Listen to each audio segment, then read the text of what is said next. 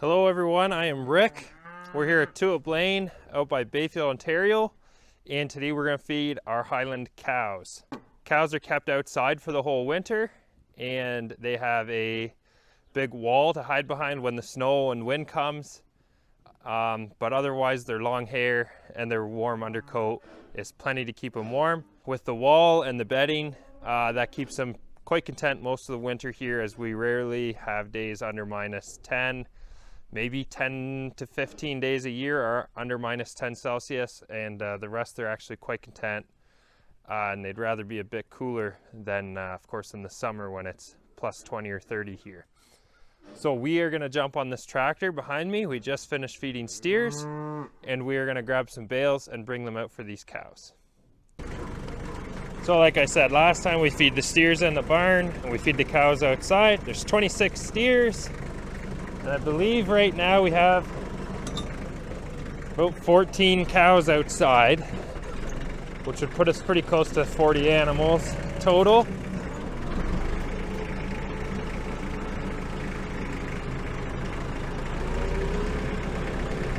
The steer feed was in a tube outside, and that was wrapped hay. We feed the cows wrapped hay through the dead of winter, January and the early February. It has a little more protein, a little more good stuff. It helps keep them warm. They don't have to eat as much. Now we're getting a bit later in the season, so we go and we're going to feed them some dry hay. This is dry hay that we buy in. It's a little lower quality, as these cows are all pregnant. We don't want to feed them high quality feed such as that peas and oats and alfalfa like we do the steers. Otherwise their calves get too big. Their calves grow too much and get too big, and when it comes time to give birth, it's a lot harder on them because they're calving 80 pounders instead of 50-pound calves. These bales are a hair lighter. They're 900 pounds. So we can grab 2 of them, no problem. Those are Christmas lights from a party I had 10 years ago for my wedding, which was 10 years ago. Would you look at that? So now we bring these bales. Because the cows are all at the gate from when I dumped the leftover steer feed there, and I don't want them trying to escape and mess around with me, I'm gonna just throw these over the fence and pick them up when we're in there. And that way, doing this is gonna draw all those cows up, and they're gonna come pick away at these. And then it'll be a lot easier getting in there to that gate. We'll just dump them off. Oh, over you go. That one's not gonna go.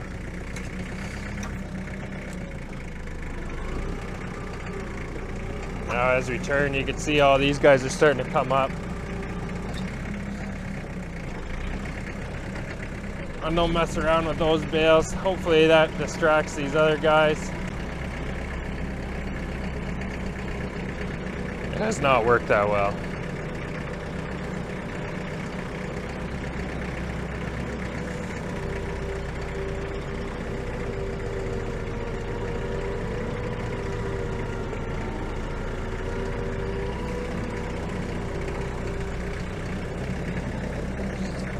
La da da da da da da da da da da da.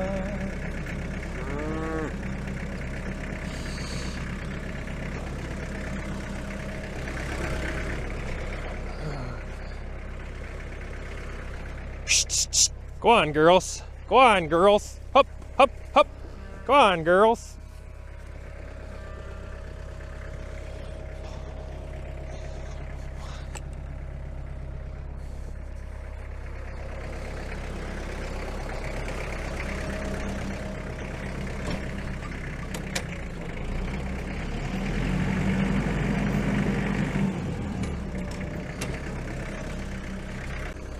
All right, we've got the gate closed. We're gonna slide up, grab one of those bales, throw it in a feeder, take the strings off.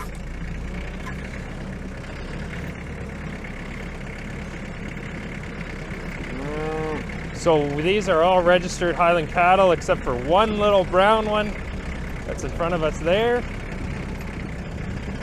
The rest of these are registered, so they all have names. They range from 14 years down to a year and a half. We don't breed our cattle till they're about 2 years, somewhere between 20 months and 24 months. And that's worked well for us the last couple of years.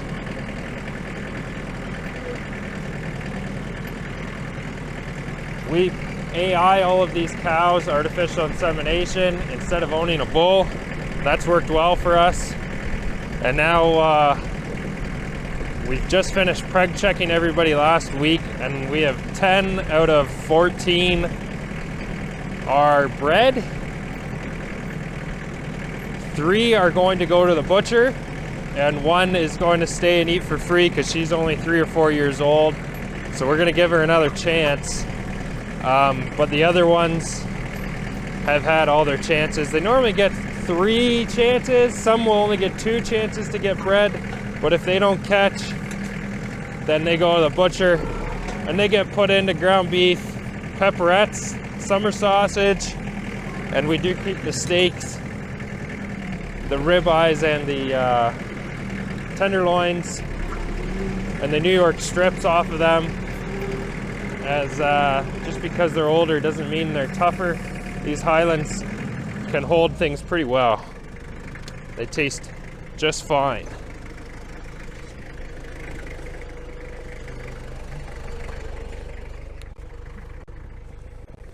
So our bales with our steers have a net wrap on them. These have a string. I don't like the strings, they're a pain. You never know what's what, which one is attached to what. This is generally the only time I have to be wary of horns, as they're gonna just try to get in here and eat, and they're not gonna pay much attention to me. Obviously quite calm cows. Most of these have been around 4 or 5 years with me, so they know there's not a whole lot to worry about. I am the bringer of food, the provider of water, the purveyor of salt. That's pretty easy stuff. All right, now we see you've got all the strings.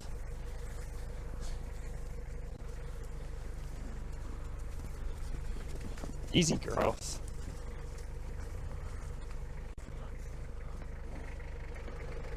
This is Charlotte. Charlotte doesn't get out of the way.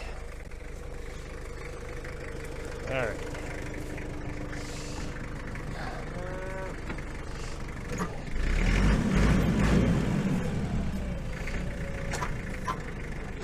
There.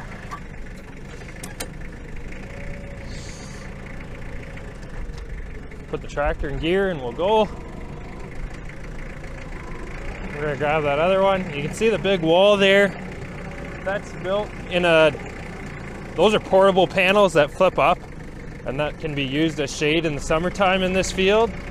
They are now positioned to block the northwest wind, which is where we get most of our wind in the winter. When we get the northwest wind, it's the coldest wind. Generally, if we get a wind from the south, I'm not overly concerned because it's just bringing warmer weather anyways. Yesterday we had 80k winds from the south, and it went from minus 15 Celsius, and today is plus 7 as a high.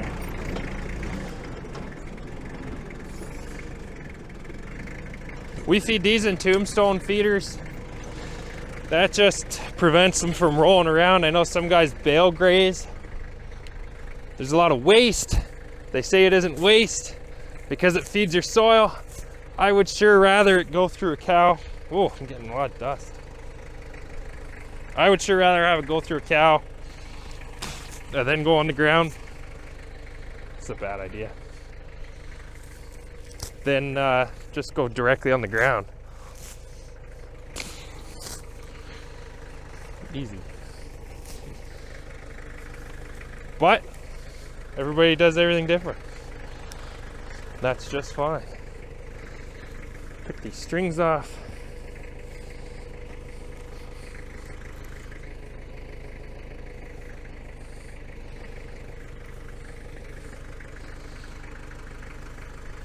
Something about these strings, cows love them. Net wrap, plastic, whatever. They just need to eat it. So you got to take this off quickly.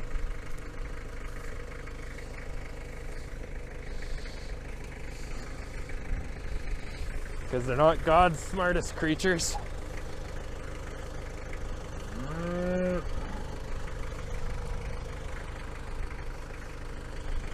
All right, got him.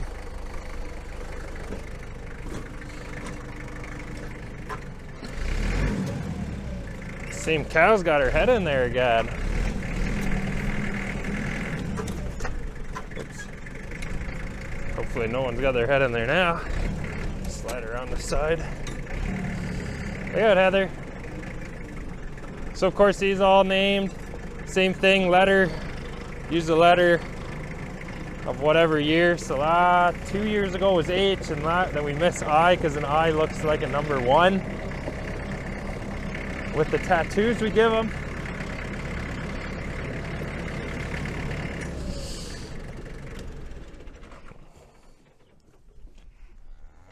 Last year was J. When we have to come up with some names for this year's calves. So we'll cruise through here and we'll have a quick peek at everybody.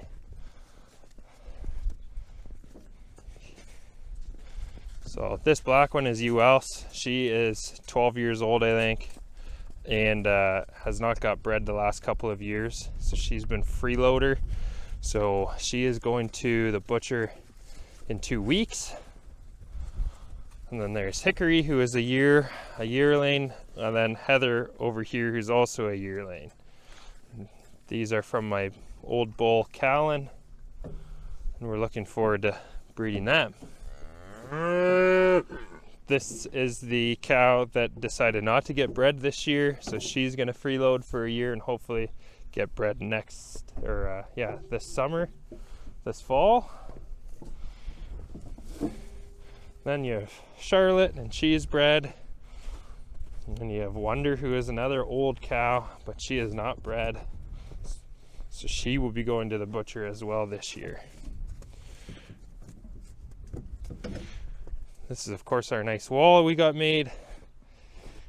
I got the tubes all welded together, just the frame, and then I got all the pine and the other things and screwed it all together. And then this one's a bit of a different color just because it was made out of some wood that I had laying around. And it's actually hemlock. So when we come around here, you got Diddle.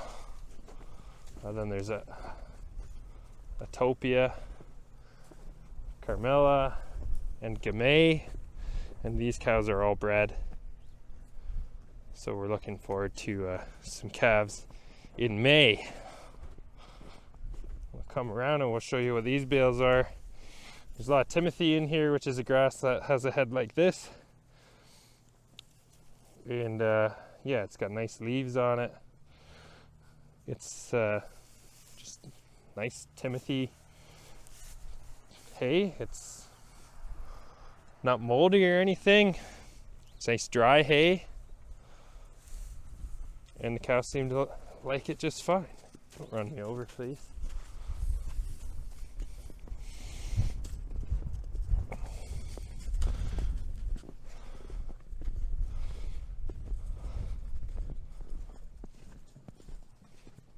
So there you go. They're gonna walk back and forth, figure out which bale they like more.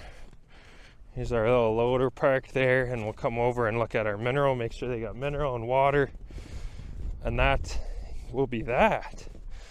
This is a mineral feeder, so they have to pop this piece of rubber up when they get in there. It's full of snow, and this stuff's all clumpy, so they're not going to be able to get that. So I may just scoop some of that stuff out, and I'll maybe throw it on the bale, just so they get it kind of indirectly.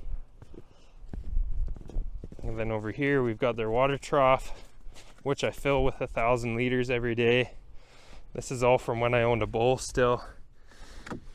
That's what I mean when they just smash and break things and they rub on it and beat it up. So it's about half full, so we'll fill it before we leave today. And there's 4 goldfish in there. In the summer, they keep things nice and clean by eating algae and mosquitoes and other bugs that fall in and land in there. And instead of cleaning that water trough every 2 weeks, we clean it about once a month. All right, well, that kind of sums that up. I think it went surprisingly well. Nobody got hurt. Everybody stayed out of the way. We are gonna move a couple things around. I'd like to bring a scratching post out for these cows, as in the springtime they shed their winter coats and they do a lot of scratching. So we're gonna bring that out, and that kind of wraps up most of our chores for today. So anyways, that'll be maybe in another video, or you'll see it in another video. And for now, we are out of here. So see you all again.